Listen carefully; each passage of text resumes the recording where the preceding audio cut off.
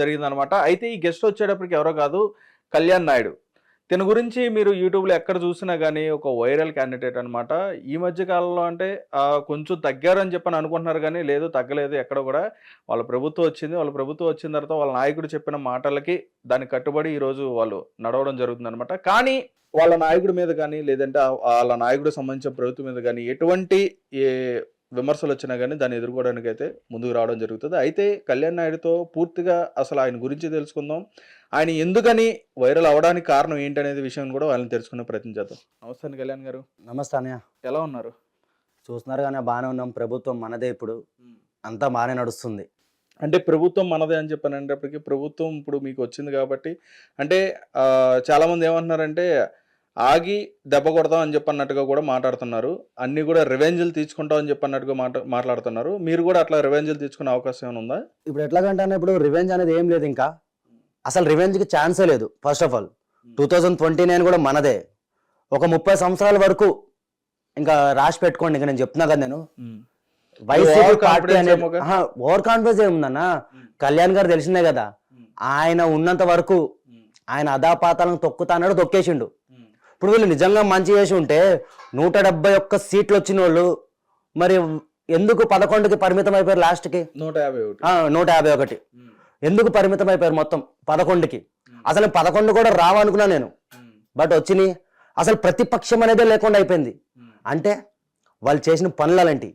ముఖ్యంగా అందులో అయితే కొంతమంది ఉన్నారన్న, వాళ్ళు మాట్లాడినందుకే మేము ఇలాగా మాట్లాడాం. Okay, right Kalyan. అంటే కొంతమంది మాట్లాడిన మాటలకి మీరు అలా మాట్లాడారని చెప్పని అంటున్నారు. రైట్, బాగానే ఉంది. ఇప్పుడు వాళ్ళు ఏదో ఇది చేస్తున్నారు, వాళ్ళు ఏదో గడ్డి తింటారని చెప్పని మీరు కూడా అలా గడ్డి తినడం అని అనుకోవచ్చు. అప్పుడు ఇప్పుడు ఎట్లాగంటేనా, వాళ్ళు రాజకీయ పరంగా విమర్శిస్తే ఓకే.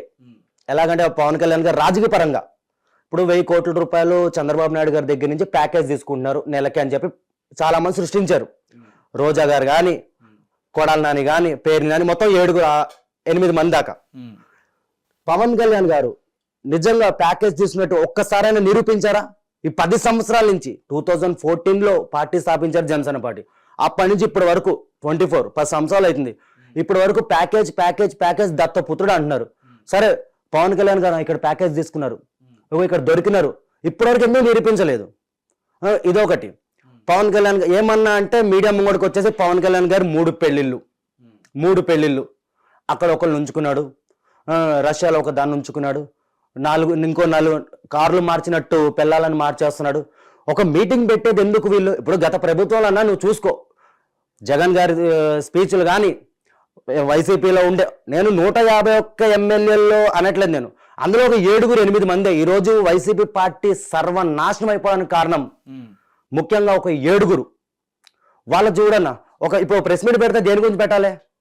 పబ్లిక్ సమస్యల గురించి, పబ్లిక్ పాలసీల గురించి. మనం ఇంకా మేము నెక్స్ట్ మా ప్రభుత్వం గెలిస్తే మేము ఏం చేస్తాము అవి చెప్పాలి. కానీ ప్రెస్ మీట్ పెట్టేదే పవన్ కళ్యాణ్ గారి గురించి. మళ్ళీ అంటారు అసలు నేను ఎవరు పట్టించుకోరు, నువ్వు ఎమ్మెల్యేవే కాదు అంటారు. మళ్ళీ పవన్ కళ్యాణ్ గారినే టార్గెట్ చేస్తారు. ఎందుకంటే కళ్యాణ్ గారు అంటే వాళ్ళకి భయం, ఖచ్చితంగా భయం వాళ్ళకి. చెప్తున్నా కదన్నా, ఈరోజు ఆయన నేషనల్ పొలిటీషియన్ కాదు, ఆయన ఇంటర్నేషనల్ పొలిటీషియన్. ఆయన ఈరోజు మొన్న మీరు చూసుకుంటే ఇప్పటి వరకు నాకు రాజకీయ అవగాహన అంత లేదన్నా. మా డాడీకి ఉంది, మా మమ్మీ వాళ్ళకు ఉంది. 21కి 21 100 to 100 ఎవరు కొట్టారని ఇప్పటి వరకు.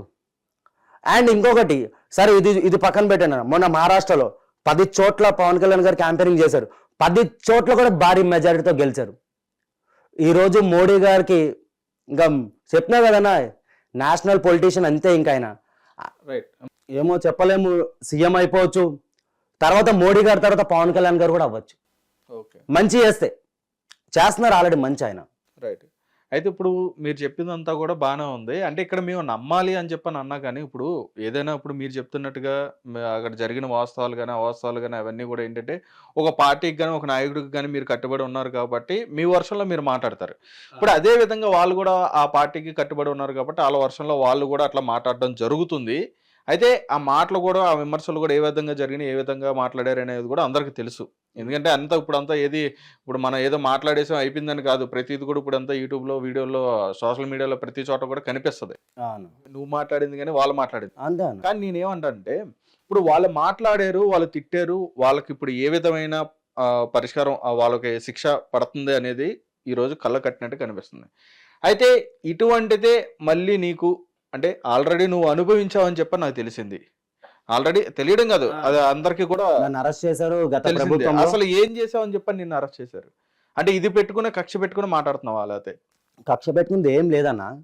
ఇప్పుడు నేను రోజా గారిని డైమండ్ రాని అన్నాను, అందరు అన్నారు. నేను ఏ రోజు అన్నా నేను సోషల్ మీడియాలో ఇంత యాక్టివ్గా ఉంటాను, నేను ఫుల్ ఫైర్గా మాట్లాడతాను. ఏ రోజు వాళ్ళ అమ్మలని అక్కలని ఫ్యామిలీ జోలికి వెళ్ళలేదు. నేను తిడితే వీళ్ళనే తిట్టాను. ఎవరైతే పవన్ కళ్యాణ్ గారిని పదే పదే టార్గెట్ చేస్తున్నారో వాళ్ళని మాత్రమే తిట్టాను. కానీ వైసీపీ కార్యకర్తలు ఏం చేశారు? డైరెక్ట్గా ఇప్పుడు నాదే ఎగ్జాంపుల్ తీసుకో అన్న. ఇప్పుడు నేను పవన్ కళ్యాణ్ గారికి సపోర్ట్ చేశాను, కొంచెం ఉక్రోషంతో ఆయన గురించి తప్పుడుగా మాట్లాడుతున్నారు కాబట్టి నేను ఫైర్గా మాట్లాడాను. వీళ్ళు నిజంగా మనుషులు అయితే మమ్మల్ని టార్గెట్ చేయాలి, మగాళ్ళు అయితే. ఇప్పుడు మేము మాట్లాడుతున్నా కూడా మమ్మల్ని టార్గెట్ చేయాలి, మా ఇంట్లో ఆడపిల్లల్ని. ఇప్పుడు నువ్వు రాయపాటి అరుణాన్ని తీసుకో అన్న. నువ్వు రాయపాటి అరుణాన్ని పట్టుకుని అసలు సోషల్ మీడియాలో ఫొటోస్ మాఫింగ్ చేసి ఎలా పెట్టారంటే మామూలుగానా? వైసీపీ సోషల్ మీడియా వాళ్ళే. చెప్తున్నా కదా నా భార్యని తిట్టారు, మా అమ్మని తిట్టారు, నా కులాన్ని తిట్టారు, అసలు లేనిపోయిన మాటలన్నీ మాట్లాడారు వాళ్ళు. ఇప్పుడు వాళ్ళని అరెస్ట్ చేయడం తప్పే లేదు. ఇప్పుడు నన్ను అరెస్ట్ చేశారంటే ఇప్పుడు ఒక రోజు ఒక కోపం లేదో మాట్లాడేశాను, ఆ రోజు అరెస్ట్ చేయించింది కూడా ఎవరంటే మెయిన్ ముఖ్యంగా రోజా. అక్కడ నేను ఇక్కడ నుంచి నన్ను ఎత్తుకెళ్ళిపోయినప్పుడు నైట్ వచ్చి నాకు 2 లాయర్లు పెట్టారు మన కార్యాలయం నుంచి, జనసేన పార్టీ ఆఫీస్ నుంచి. వాళ్ళు 3 ఉన్నారు ఏకంగా, నన్ను వదలకూడదని. ఎందుకంటే రోజా గారు మెయిన్. అంటే వాళ్ళు చేస్తే సంసారం, ఎదటోళ్ళు చేస్తే వ్యభిచారం. ఇప్పుడు ఎలాగైపోయిందంటే అన్న, తిట్టినంత దేపు తిట్టేస్తుంది ఆమె. ఆ రోజు ఏమంది? అసలు ఆమెకి ఏం అవసరం? ఆమెకి అసెంబ్లీ గేట్ కూడా తాకనివ్వను నిన్ను, నువ్వు ఎవడరా నువ్వు, వాడు వీడంటే. ఇప్పుడు మీరున్నారు అన్నయ్య, మీరు నాకు అన్నయ్యలా అంటాడు. అన్నయ్యలా అంటే అన్నయ్య అనుకో. ఇప్పుడు అన్నయ్యని ఎవరైనా తిడితే ఊరుకుంటామా? పండబెట్టి చీరేస్తాం ఆడవరకే. మేము ఇంకా ఆమెకు అంతవరకు వెళ్ళలేదు, డైమండ్ రాని అని పిలిచాము అంతవరకే. దానికే మేడం గారికి ఇది అయిపోయింది. మరి అలాంటి మరి వాళ్ళ సోషల్ మీడియా కార్యకర్తలు, వైసీపీ కార్యకర్తలు మా జనసేన వీర మహిళలను పట్టుకుని ఇష్టం వచ్చినట్టు, అరే కొంతమంది అయితే అసలు చెప్పుకోలేకపోతున్నారు. నా కువైట్లో ఇండియా కూడా రాలేకపోతున్నారు. వాళ్ళ ఫోటోలు మాఫింగ్ చేసి వైసీపీ కార్యకర్తలు ఇప్పుడు కూడా సోషల్ మీడియాలో, అక్కడ టిక్ టాక్ నడుస్తుంది కదా, పవన్ కళ్యాణ్ గారికి సపోర్ట్ చేసిన ప్రతి ఒక్క ఆడపిల్లని హింసించి చంపుతున్నారు. అక్కడ పట్టుకున్న వాళ్ళు నానా హింసలు పెడుతున్నారు వాళ్ళు. నాకు ప్రతిదీ వస్తుంది అప్డేట్. వాళ్ళు ఇండియా కూడా రాలేకపోతున్నారు. ఒక వీర మహిళ ఒక ఆమె ఉంటది, ఆమె పేరు మల్లిక అని చెప్పి ఉంటది అన్న. ఆమె కువైట్లో పాపం పని చేసుకుని ఏదో పవన్ కళ్యాణ్ గారికి సపోర్ట్ చేసేది. ఆమెను పట్టుకుని ఆమె అక్కడ ఉంటే వాళ్ళ ఫ్యామిలీని హింసించారు. ఇక్కడ ఆమె ఒక్కరోజు బూతు మాట్లాడలేదు. ఆమె కూడా ఒక కార్యకర్తనే, మంచిగా మాట్లాడింది, ప్రశ్నించింది, వాయిస్ రేజ్ చేసింది. ఇప్పుడు దాంట్లో తప్పేముంది? సరే నిన్ను పవన్ ఇప్పుడు జగన్ ఏమన్నా గలీజ్గా తిట్టిందా? సరే ఏమన్నా బూతులు మాట్లాడారా? ఎవరైనా మాఫింగ్ చేసారా? ఫోటోలు లేవు కదా. అంటే వాయిస్ రేజ్ చేస్తే వీళ్ళు అరెస్ట్ చేసేస్తారు మమ్మల్ని. ఇప్పుడు వీళ్ళని అరెస్ట్ చేస్తామో చిన్న కార్యకర్తల వర రవీంద్రారెడ్డి గారు ఏం చేసిండు అన్న?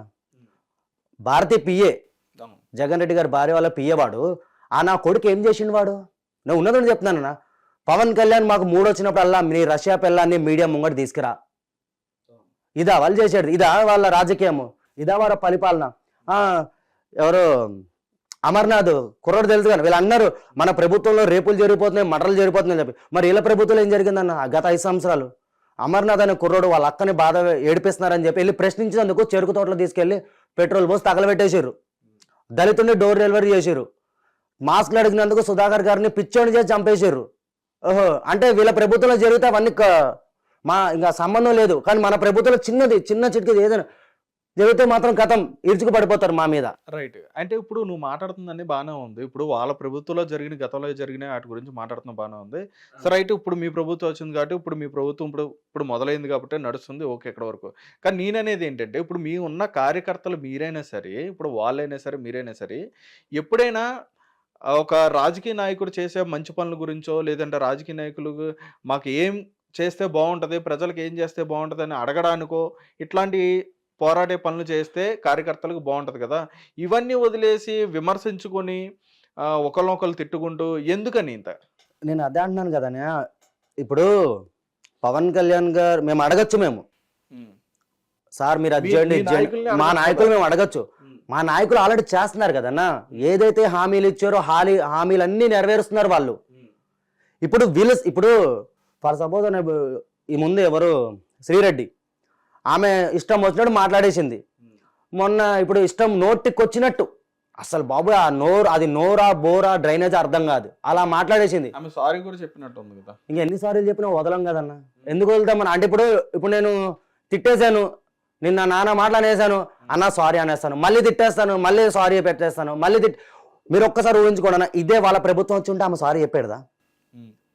యారా పవన్ కళ్యాణ్ కర్రలు తిప్పేస్తావు, ఇది తిప్పేస్తావు, జుట్టు ఎగరేసేస్తావు, మేకప్ నా కొడక, చిరంజీవి గాడా చిరంజీవి, పవన్ కళ్యాణ్ గారి ఇంటి ముంగడ చిరంజీవి మెగా కాంపౌండ్ ముంగడ జాడు కొట్టని కూడా పనికిరాదు. మా శ్రీ డార్లింగ్ నేను అలా పిలుస్తానన్నా, బూతులు ఎందుకు మాట్లాడ. హిట్ టీవీ యాప్, ఇందులో short news, live news, entertainment shows, movies, digital magazines తో పాటు మీ జిల్లా వార్తలను కూడా ఫ్రీగా చూడొచ్చు. ఇంకెందుకు ఆలస్యం, వెంటనే హిట్ టీవీ యాప్ ని డౌన్లోడ్ చేసుకుని ఫ్రీగా ఎంటర్టైన్మెంట్ పొందండి. Hit TV app. Hit TV app. Please download Hit TV app. Hit TV యాప్ని ఫ్రీగా డౌన్లోడ్ చేసుకొని ఎంజాయ్ చేయండి. మీకు నచ్చిన ఎంటర్టైన్మెంట్ కోసం హిట్ టీవీ యాప్ ని ఫ్రీగా డౌన్లోడ్ చేసుకుని ఎంజాయ్ చేయండి. హిట్ టీవీ యాప్ని డౌన్లోడ్ చేసుకుని ఆస్వాదించండి, ఆశీర్వదించండి. ఇంతమంది సెలబ్రిటీలు హిట్ టీవీ యాప్ ని డౌన్లోడ్ చేసుకోండి అని చెప్తున్నారంటే ఎంత మంచి యాప్ ఆలోచించండి. అమెరికాలో చదవాలనుకునే వాళ్ళకి విశ్వసనీయమైన పేరు మన శౌర్య కన్సల్టెన్సీ. UK లో 1 year masters, UK లో 1 year masters, 2 years work permit up to 5 years visa. Contact Saurya Consultancy. Contact 89851 89851.